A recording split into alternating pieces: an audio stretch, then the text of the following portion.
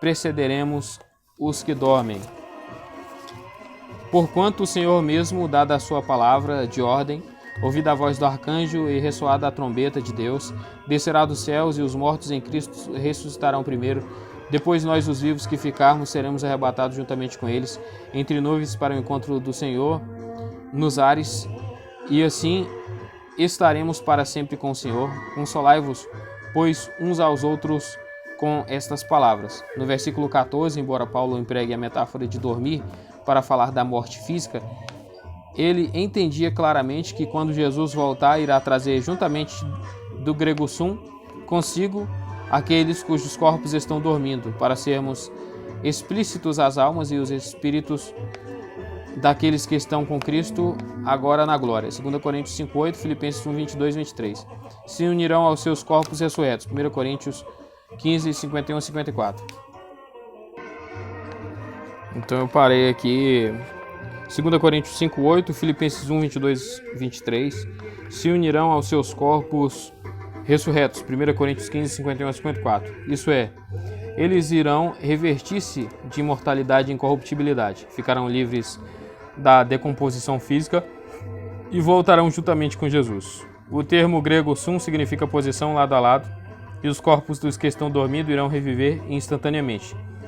Ressuscitarão imortais e se reunirão com os espíritos perfeitos dos santos que voltarão. Basta essa passagem para que qualquer erudito exegeta se convença de que a expressão os que dormem deve ser referência à morte do corpo. Pois o mesmo versículo diz que eles virão juntamente com Jesus, e nem com muito esforço de imaginação exegeta sincero pode interpretá-lo de forma diferente. As testemunhas de Jeová têm temor justamente do fogo eterno preparado para o diabo e seus anjos, Mateus 25:41, e todo o seu sistema doutrinário é estruturado no sentido de contradizer este importante ensino bíblico de que a ira de Deus virá sobre aqueles que cometem o imensurável erro de negar seu amado Filho. Então, é com razão que a Bíblia diz sobre ele permanece a ira de Deus. João 3,36. Ver também Apocalipse 20:10, Marcos 9:43 e 48 e Daniel 12:2. Portanto, para o crente, a morte significa apenas que o corpo dormirá até a ressurreição para a imortalidade, quando então o nosso corpo ressuscitado se unirá ao espírito e à alma aperfeiçoados. Mas neste meio tempo, se morrermos antes de o Senhor voltar, temos a certeza de que estaremos juntamente com Ele e que voltaremos juntamente com Ele. Ou como diz o apóstolo Paulo, iremos deixar o corpo e habitar com o Senhor, 2 Coríntios 5:8. 5. Primogênito, do grego prototokos. Acreditamos ser necessário fazer um sucinto resumo da interpretação errônea que as testemunhas de Jeová dão ao termo prototokos, Colossenses 1:15, ao qual atribuem imensa importância, já que se refere ao Senhor Jesus Cristo, e assim em sua doutrina ariana, eles o interpretam como o conceito de que Cristo foi a primeira criatura, já que ele pode significar primeiro filho. Em Colossenses 1, o apóstolo Paulo refere-se ao Senhor Jesus Cristo como o primogênito de toda criatura ou de toda a criação. As testemunhas de Jeová, que estão sempre prontas para rebaixar Jesus, colocando-o no nível dos anjos, utilizam essa passagem para dizer que ele é uma criatura. A Torre de Vigia ensina que, como ele é chamado de primogênito de toda a criação, então ele deve ser o primeiro criado, e relacionam o texto de Apocalipse 3:14, que afirma que a testemunha fiel e verdadeira, Cristo, é o princípio da criação de Deus. À primeira vista pode parecer que o argumento delas é bastante lógico, mas analisando-o bem, vemos que é superficial e enganoso. O termo primogênito, prototokos, também pode ser traduzido como primeiro gerador, ou gerador original, Erasmo, o que indica preeminência e comparação entre Cristo e as coisas criadas. Neste capítulo, Paulo está dizendo que Cristo existe antes de todas as coisas criadas e mostra claramente que o eterno Verbo de Deus, João 1, existia antes de toda a criação, Hebreus 1, e se acha acima de toda a criação pelo fato de que é Deus. Além disso, afirma também que ele é o criador de todas as coisas, e para qualquer pessoa racional isso significa que se ele é o criador de todas as coisas, não pode ser ele próprio uma das coisas criadas. Em Romanos 8:29, o vocábulo primogênito é aplicado a Cristo com o claro intuito de denotar sua preeminência e não o conceito de que ele é a primeira criatura formada por Jeová Deus, como as testemunhas querem que pensemos. Em Colossenses 1:18, ele fala de Cristo como o primogênito de entre os mortos, isto é, aquele que tem a primazia ou o direito de governar sobre a morte. Aqui também o sentido do termo é o de preeminência e não o de criação.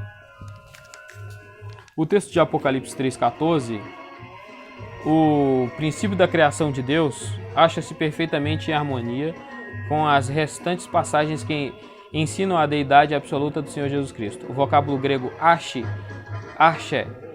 que aqui é traduzido como princípio, é colocado como originalmente em João 1:1, que por sinal é uma tradução correta da tradução do Novo Mundo, das escrituras gregas cristãs.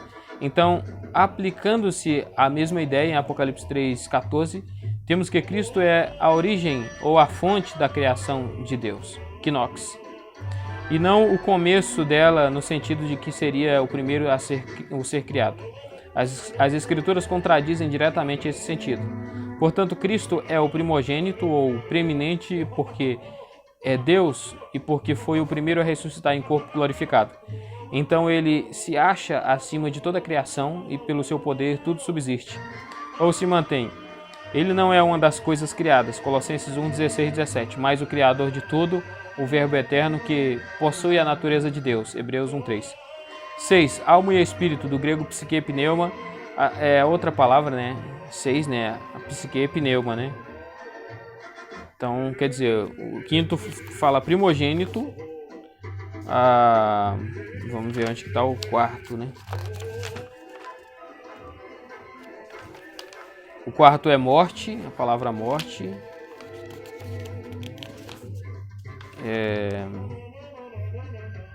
O terceiro é nascer de novo.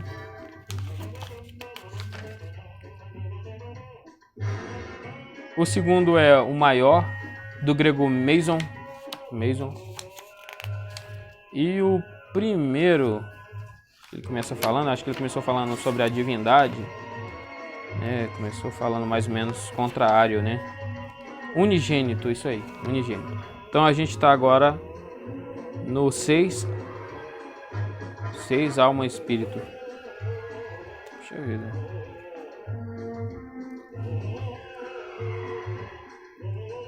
Sexto, alma e espírito. Do grego psique pneuma. As testemunhas de Jeová parecem ter grande satisfação em afirmar que o homem não possui uma natureza material e imortal. E nunca se cansam de dizer que isso é uma mentira do diabo, um dogma que o cristianismo absorveu das religiões pagãs do Egito, Babilônia, Grécia, etc. As publicações delas estão sempre atacando a doutrina da natureza material do homem. De acordo com a Torre de Vigia, a alma é uma criatura viva, consciente que tem fôlego e pode ser animal ou humana. Elas definem o espírito como uma força de vida ou algo semelhante ao vento. Raciocínios à base das Escrituras, página 142. Definindo assim esses dois termos bíblicos tão comuns, a Torre de Vigia procura escapar ao constrangedor ensinamento bíblico de que o homem é criado à imagem de Deus. Como Deus é espírito, o homem deve possuir também uma entidade espiritual consciente formada à imagem de seu Criador. Gênesis 1, 26 e 27. Não é muito difícil destruir esse ensino errôneo. Basta lembrar que quando o Senhor Jesus Cristo estava na cruz, ele disse: Pai, nas tuas mãos entrego o meu espírito. As testemunhas de Jeová não conseguem explicar esse fato, pois se o espírito não passasse de fôlego ou ar e não fosse uma entidade consciente como a Bíblia ensina, não seria necessário que Cristo o confiasse a seu Pai. Mas foi precisamente o que ele fez. A verdade é que o Senhor Jesus Cristo entregou ao Pai sua natureza imaterial como um homem, o que comprova de forma conclusiva que o espírito e a alma do homem passam a eternidade como entidade consciente. 2 Coríntios 5, 6, 8. Devemos lembrar também que quando Estevão foi apedrejado, antes de morrer, ele disse: Senhor Jesus, recebe o meu espírito. Atos 7, 59. É bastante óbvio que nesse contexto ele não estava falando de dióxido de carbono que saía de seus pulmões. Então podemos afirmar com toda a segurança que o sentido que as testemunhas de Jeová atribuem à alma e espírito não passa no teste de uma exegese sistemática bíblica, nem do Velho nem do Novo Testamento, e ainda não há nenhum erudito competente em grego e hebraico que apoie a teoria delas, numa discussão erudita, ampla e aberta do assunto. A conclusão. Ao conduzir esta breve análise das interpretações e aplicações errôneas dos termos bíblicos feitos pelos testemunhos de Jeová, somos obrigados a informar que de forma alguma esgotamos assunto tão vasto. As testemunhas de Jeová prosperam por se nutrirem precisamente das confusões que criam e acentuam ainda mais essa característica em suas visitas de casa em casa, demonstrando certa relutância em identificar-se com o movimento da torre de vigia. Só o fazer depois que já estabeleceram um bom contato com o converso em perspectiva. Enquanto a vítima não estiver bem presa, tenha o maior cuidado em esconder sua identidade. Para melhor ilustrar isso, lembramos de um longo artigo publicado no New York Magazine em 16 de junho de 1956, escrito por um dos seus mais importantes redatores Richard Harris. Nele, Harris narra suas experiências com as testemunhas de Jeová. Ele informa que quando acompanhava um grupo delas em suas visitas de casa em casa em Brooklyn, elas nunca se identificavam como testemunhas de Jeová logo de início. Diz também que confessaram para ele francamente que primeiro era necessário estabelecer um bom contato com o converso em perspectiva para depois se identificarem. Em suma, as testemunhas de Jeová podem até dizer que se orgulham de serem os únicos que se colocam ao lado de Jeová, Deus, mas se precisarem esconder sua identidade para facilitar a aceitação de sua mensagem, eles não hesitarão em fazê-lo.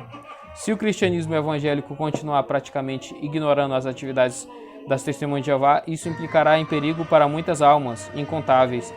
Portanto, vamos ficar de olhos abertos para as distorções das Escrituras que elas engendram e nos posicionar para defender a fé que uma vez por todas foi entregue aos santos. Judas 3. Nota do autor.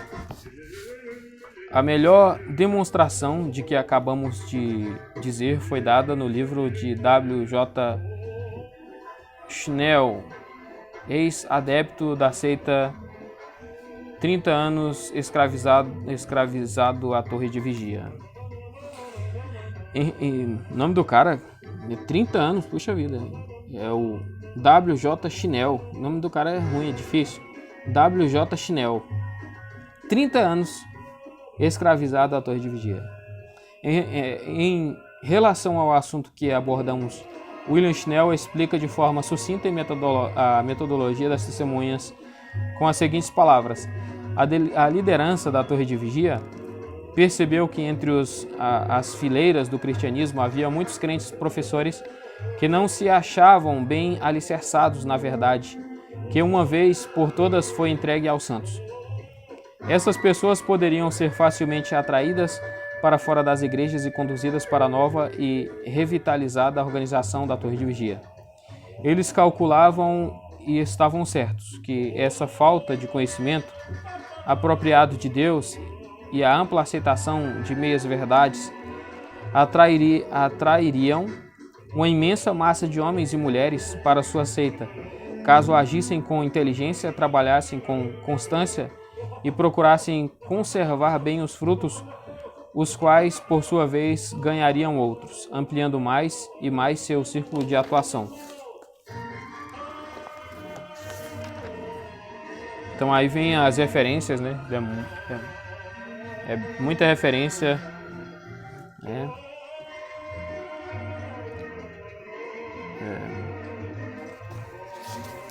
Muito legal. Até hoje, as Testemunhas de Jeová adotam essa cronologia e ensinam como dogma. Recentemente, as Testemunhas de Jeová foram obrigadas a reconhecer sua ligação com Russell devido à recuperação de seu livro Jehovah of the Watchtower, que apresentou os verdadeiros fatos com relação aos atos infames de Russell, provocando então uma resposta das testemunhas que foi pouco confiável em diversos aspectos e bastante apelativa. A publicação A Sentinela trouxe durante vários meses uma série de artigos com o título A História Moderna das Testemunhas de Jeová, respondendo ao livro, mas foi uma defesa bastante fraca. Outro relato no Jehovah's Witnesses in the Divine Purpose também foi publicado mais tarde, dele também constavam calorosos elogios a Russell. 11. Todos os grifos colchetes dessa página são do autor. 12. As explicações entre os colchetes são nossas. 13. As Testemunhas de Jeová parecem ter muita satisfação em afirmar que a palavra Trindade não aparece na Bíblia. Afirmam ainda que, como não aparece nas Escrituras, deve ser de origem pagã e não pode ser levada em consideração, mas não percebem que a palavra Jeová, que afirmam ser o verdadeiro e único nome de Deus, também não aparece na Bíblia dessa forma, mas é uma interpolação das consoantes hebraicas Yud He Vav He ou JHVH, sendo que as vogais adicionadas são escolhidas arbitrariamente. Portanto, vimos que o próprio nome que eles usam para se identificarem é tão antibíblico quanto eles afirmam ser a palavra Trindade. 14. Primeiro nome dado ao movimento por Russell em 1989. 15. ênfase do autor. 16. Outro nome do russellismo é Estudantes Internacionais da Bíblia. 17. TNM são as iniciais da tradução do Novo Mundo das Escrituras Sagradas. 18. Aí os colchetes fazem parte do texto da TNM. 19. As Testemunhas de Jeová apontam a versão da New English Bible, onde esse texto é traduzido como um Deus, como prova de que a tradução deles é correta. A verdade, porém, é que a tradução da NEB está errada e não há nenhuma outra versão bem conceituada que dê suporte à ideia da Torre de Vigia de que essa passagem está dizendo que Jesus afirma que era apenas um Deus. 20. Ou mais literalmente, primeiro gerador, vê Hebreus 1:2. 21. Contudo, a Trindade é chamada de Deus Eterno, Romanos 16:26. Então aqui termina os termos, né? Os termos aí que as Testemunhas de Jeová traduziram erroneamente, né? Por isso que tem essa música aí, né? Tipo, zoando essa bagunça toda, né? A primeira palavra é unigênito.